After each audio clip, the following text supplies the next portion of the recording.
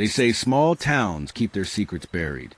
In Brookhaven, Indiana, one secret rose to the surface, wrapped around a ruby ring dripping with blood.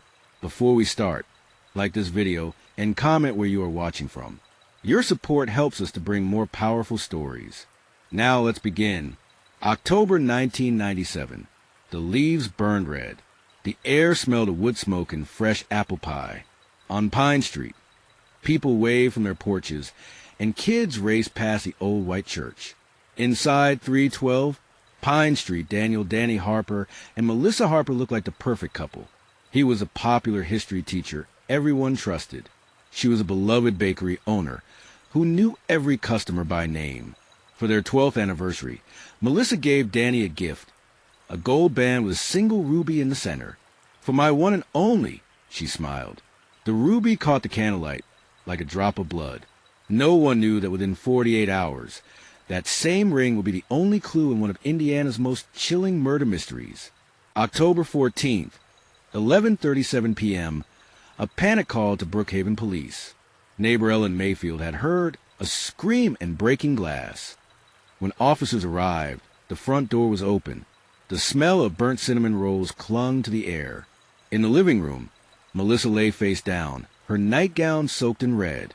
Her left hand was locked in a death grip around the ruby ring she had given her husband just 2 nights before. Danny was gone. Detective Sam Rhodes scanned the scene, his eyes locking on the ring. "This doesn't make sense," he muttered. Within hours, Danny became suspect number 1. A statewide alert went out. 3 days later, police found his car abandoned in a cornfield. Keys in the ignition. In the trunk, 1, a blood-stained shirt. 2, Melissa's half-burned bakery ledger. 3, a Polaroid of a woman who wasn't Melissa. Her name was Claire Jennings, a waitress from a diner 2 towns over. She swore she'd never met Danny, but admitted she'd been receiving anonymous letters for months. Letters describing her daily routine. Letters that made her skin crawl. The picture-perfect Harper marriage collapsed under police questioning. Melissa had been consulting a divorce lawyer. Sweet Haven Bakery was drowning in debt. Melissa's best friend, Janine Fuller, revealed she'd overheard an argument days before the murder. He told her, "You'll regret walking away." His voice was different, cold. But why would Melissa die clutching Danny's ring? 2 weeks in, a tip came from Leo Carver, a pawn shop owner in Indianapolis. Someone had tried to sell a gold ruby ring identical to Melissa's. 2 days after the murder, security footage froze Detective Rhodes in his tracks. It wasn't Danny. It was Ethan Cole, a drifter, petty theft record, known to pass through small towns, vanished just as quick. When arrested, Ethan claimed he found the ring in a gas station bathroom. But forensics showed Melissa's blood lodged under the stone. Digging into Ethan's past, Rhodes uncovered something darker. Ethan Cole wasn't his real name. It was Ethan Harper, Danny's half-brother, the abandoned son of their father, raised in foster care. Old school records showed Danny had never acknowledged him. In Ethan's motel room, police found letters. One read, "You took the life I should have had. The house. The wife. You'll see soon." Ethan swore he didn't kill Melissa. "I came after," he said. "The door was open. She was already gone. I took the ring because it should have been mine." The murder weapon? Never found. The blood on Danny's shirt matched Melissa's, but fibers didn't match anything in the Harper home. Then came the shocker. Gas station footage 30 miles away showed Danny alive at 11:50 p.m., just minutes after the murder was reported. Rhodes interviewed Claire Jennings again. This time, she hesitated before speaking.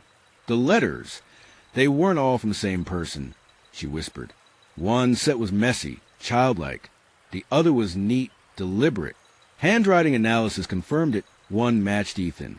The other matched no one in police records, which meant someone else was out there, watching." December. A snowstorm wrapped Brookhaven in silence. The Harper home stood dark, police tapes sagging in the cold. Rhodes lingered inside, studying a framed photo of Melissa, Danny, and a man he didn't recognize. A stranger with his hand on Danny's shoulder. On the back, in neat handwriting, "Family, no matter what." The handwriting matched the second set of letters to Claire. Before Rhodes could process it, his radio crackled. A body had been found in the woods outside town. It was wearing Danny Harper's jacket. The snow crunched under Detective Rhodes' boots as he stepped into the clearing. The scene was lit by the harsh white glare of floodlights. The body lay face up, pale against the snow. Danny Harper's jacket was zipped to the chin, but the face beneath it. Rhodes froze. It wasn't Danny. It was Ethan Cole. The coroner confirmed Ethan had been dead less than 12 hours, murdered. His hands were bound with electrical cord, his mouth stuffed with a bakery order slip from Sweet Haven. And there, on his right hand, was the ruby ring, Melissa's ring. It was as if someone wanted Rhodes to find it.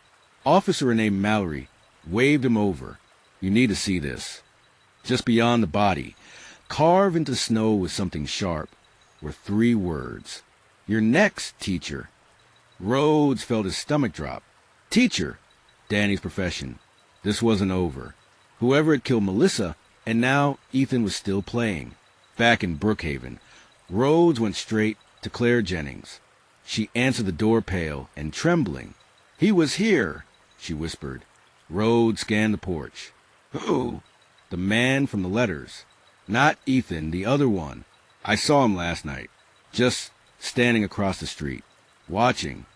Can you describe him? Claire hesitated. Tall, dark coat, scar on his cheek. He smiled at me like he knew something I didn't. Back at the station, the crime lab delivered another blow. The note carved into the snow didn't match Ethan's handwriting or the neat script from the second set of letters to Claire. It was a third handwriting entirely. That meant there were 3 players in this game, not 2. Melissa's murder was starting to look less like a domestic dispute and more like a coordinated hunt. Late that night, Rhodes' phone buzzed with a blocked number. This is Detective Rhodes, he answered. A voice came through, low, shaking. It's Danny. Rhodes shot up in his chair. Where are you? I can't tell you. They'll hear, but you need to stop looking for me. You need to find a man with the scar. Danny, who? The line went dead. Rhodes went back to the Harper house. Pulling out that framed photo again, Melissa, Danny, and the stranger with his hand on Danny's shoulder. He zoomed in with his phone. The stranger had a faint scar running down his cheek. In a desperate move, Rhodes drove back to Indianapolis to speak with pawnshop owner Leo Carver again. Look, Carver said, I didn't tell you everything. That guy who brought the ring in, he wasn't alone. Someone was waiting outside in a black sedan. Tall guy, scar on his cheek.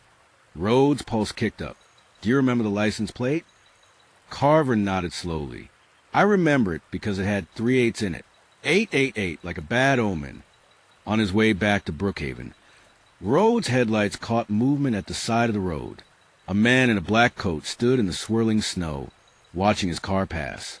The beam of the headlights swept over his face, just long enough for Rhodes to see the thin white scar down his cheek.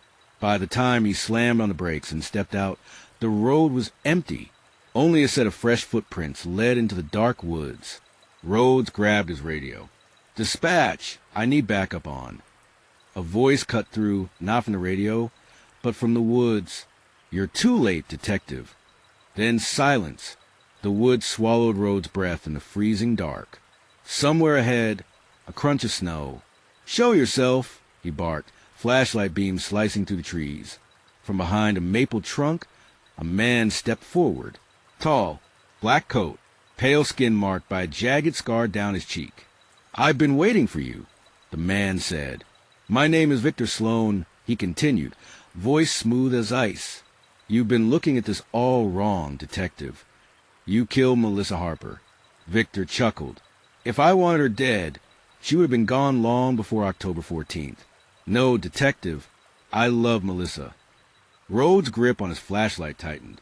Loved her? You expect me to believe. She was my sister. Victor cut in, half-sister. Same father. Neither of us knew until 3 years ago. Rhodes felt the weight of the words. And Danny, I warned her about him. Told her he wasn't who he said he was. Who was he? Victor stepped closer, his breath fogging in the cold. Not Danny Harper. His real name is Daniel Cole, Ethan's full brother. They've been playing you from day one. The truth unraveled like a knot finally giving way.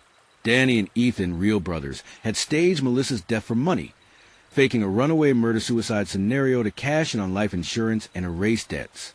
But somewhere along the way, something had gone wrong.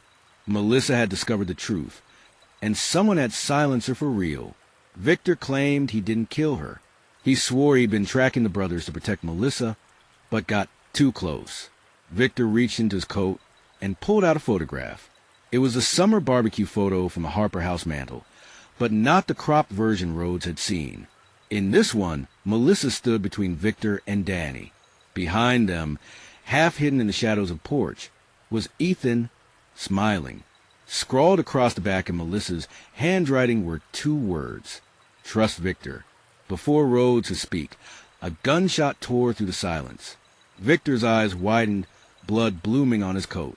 From the darkness, a voice Rhodes recognized rasped out, "You should have stayed out of this, Detective." Danny Harper stepped into the clearing, revolver in hand. "You'll never prove it," Danny said, stepping over Victor's body. "There's no evidence left. Only me and you. And guess who they'll believe?" Another shot rang out, but not from Danny's gun. Victor, bleeding but alive, had fired his own pistol from the ground.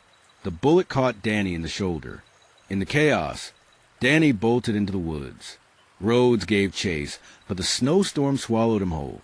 By dawn, Victor was in critical condition at Brookhaven General. Danny was gone. Ethan was dead. Melissa's real killer, still uncertain. Rhodes stared out at the snow-covered town from the hospital window, knowing the story wasn't over. Too many lies. Too many shadows. Victor's voice, weak but steady, echoed from the hospital bed behind him. "Detective, you have to understand, Danny's not running from you. He's running to her." Rhodes turned. "Her who?" Victor's eyes locked on his. "Melissa." One word lingered in Rhodes' mind. Resurrection.